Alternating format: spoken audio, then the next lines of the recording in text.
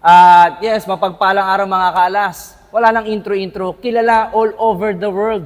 Ang motivational speaker, Rendon Labrador. Brother. Attorney Ace ang ating celebrity lawyer. Lawyer ng bayan. Ano ang maitutulong natin? Maraming salamat sa pagpapaunlak. At ito kasi ay gagawa ako ng usapin.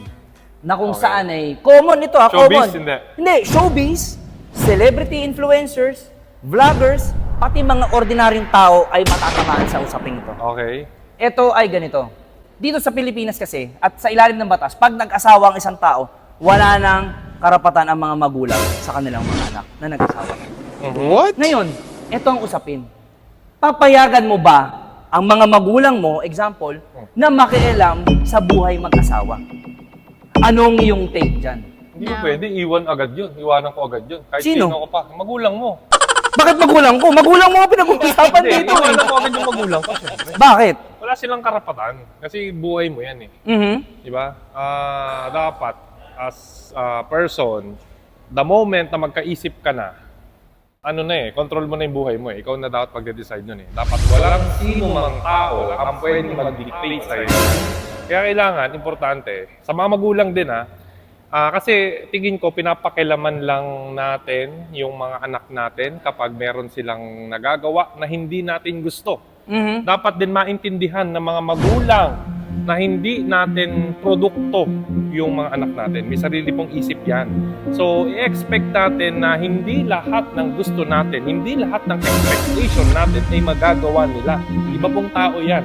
Ang kaya lang natin gawin, okay? Bilang magulang, ay ipaintindi sa kanila kung ano po yung tama at mali. At kapag nagkaisip sila, sa oras na magkaisip yung mga anak ninyo, sila na po ang bahala sa buhay nila. Ngayon, kung nagkaroon kayo ng problema or pagkakamali dun sa pagtuturo habang pinapalaki nyo sila, ay problema nyo na yun. Hindi kayo sinusunod ng inyong mga anak dahil kayo mismo ay may problema. Pinipilit ninyo silang palakihin doon sa environment na hindi nila gusto. Magkaiba yung panahon ninyo, panahon ng mga magulang natin sa panahon ngayon. Yun po ang dapat matutunan ng mga parents ngayon. Teka lang, dalang-dala ka ng emosyon mo eh. Ang pinag-uusapan dito yung mag-asawa na, hindi yung pagpapalaki, pambira. Malaki na yung mga yan eh. Doon yung roots eh. Okay, doon nag-ugat lahat. Kaya naman nakikialam yung mga magulang nga talaga dahil hindi nyo gusto yung nakikita ninyo sa anak ninyo. Diba? Kasi yung mga choices nila sa buhay, hindi ninyo gusto. Tama. Diba? Pero syempre, bilang magulang, wala ka rin naman magagawa kung yun ang gagawin ng anak mo. Wala talaga. Kasi magkaibang tao yan eh. Oo, Tama ka na. Sa lahat ng mga magulang, ang ninyo. Kung pinipilit nyo, yung anak ninyo ay kapareho nyo ng pag-iisip. Walang taong pareho sa mundo. Yun. Kahit identical twins. Walang ganun, kahit identical twins. Pareho. Kaya nga. Alam mo, dagdag na rin natin, bakit ko sinabi ang issue na yan? Kasi nababalita naman sa social media. Di ba, mga celebrity, mga ordinaryong tao. Pare-pares, at kahit tayo po, pwede tayong makaranas ng ganyan, di ba? Yung buhay kasi wala naman label eh. Kaya nga sinasabi ko lagi, attorney, wala akong pakialam sa inyo. Diba? Kahit celebrity ka, kahit na kilala kang tao. Kahit politiko pa. Kahit politiko ka, kahit presidente ka pa. Yan. Kahit senador ka pa. Pare-pares lang tayong attorney. Tao ka rin lang eh. Kumakain ka rin eh. Natutulog ka rin eh. So wag nyo tignan yung label. Ang tignan nyo yung choices nyo sa buhay para hindi kayo nalilito. Kaya dapat, lalo sa mga magulang ngayon, ang ginagawa nyo kasi kinokontrol ninyo yung anak nyo eh. Na akala ninyo, kaya nyong protektahan yung future nila, yung kinabukasan nila. Hindi po ganon. Kailangan nyo lang, kung talagang gusto nyo, eto attorney, last words. Kung talagang mahal ninyo ang anak ninyo, kayo mismo ang magsilbing role model sa kanila.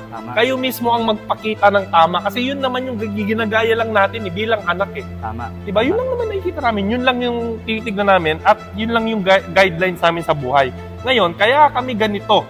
Kaya siguro ganyan yung anak ninyo kasi mali yung guidelines na nakita nila sa inyo.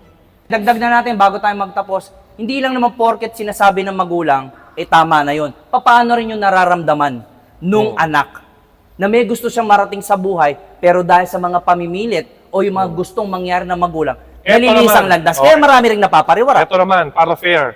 Siyempre, nasabi ko na yung side na magulang, di ba? Kayo naman mga anak kayo, ha? Huwag naman kayong masyadong naninisi sa mga magulang ninyo. Tama. Okay? Kasi ang mahirap niyan, nag-asawa na, hindi pa rin kayo umalis sa bahay ng nanay ninyo. Yan. Tumira ka doon, nagkaanak ka na, nandun ka pa rin sa kwarto. Sagutin pa ng magulang din yun. Tapos palamunin pa kayong dalawa. Ang tigas ng mukha mo, lalaki ka pa naman. Kaya nga. Pag nag-asawa ka na, lumandi ka na, lumayas ka na. Tama yun. Di ba? Tama yun. Ibig sabihin, kaya mo na dapat panindigan. Wala kang pambili ng gatas, sinisi mo sa nanay at tatay mo, ang tigas ng mukha mo. Di ba? Mali. Very wrong. Very Diba? wrong. Mahal na talaga. mahal mo yung magulang mo. Very ha? wrong. Tapos doon ka nakatira, sinisi mo, mali ka Eh kaya nga doon tumira kasi Diba? nga mahal na mahal niya yung magulang niya. Diba? Baka yun ang konsepto niya. Mga palamunin yan eh. Nako. So kayo, ha, bago kayo magreklamo, make sure na nagawa nyo muna, sinubukan nyo muna. Ha? May narating na kayo, may trabaho kayo, bago kayo umangal. Kasi mahirap dun, angal kayo ng angal, eh umaasa pa pala kayo sa mga magulang ninyo. Tsaka wala rin kinikilos, angal na lang ng angal. 'Di ba? Magsikap dapat tayo. At yan, narinig natin ang kanyang panig, ang opinion ng ating butihing motivational speaker, Sample pa lang yun. Rendon Labador, Oo. mga kapatid. Attorney, O, pagpalang Ace, araw. sana may naibigay ako sa inyong mga followers. Marami, syempre. Ha? Mabuhay po kayo.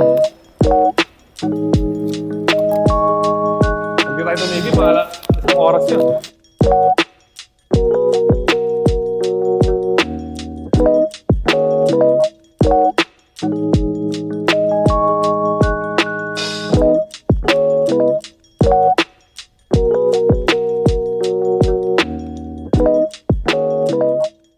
Ito, bago kayo magreklamo, make sure na nagawa nyo muna, sinubukan nyo muna. Ha? May narating na kayo, may trabaho kayo, bago kayo umangal.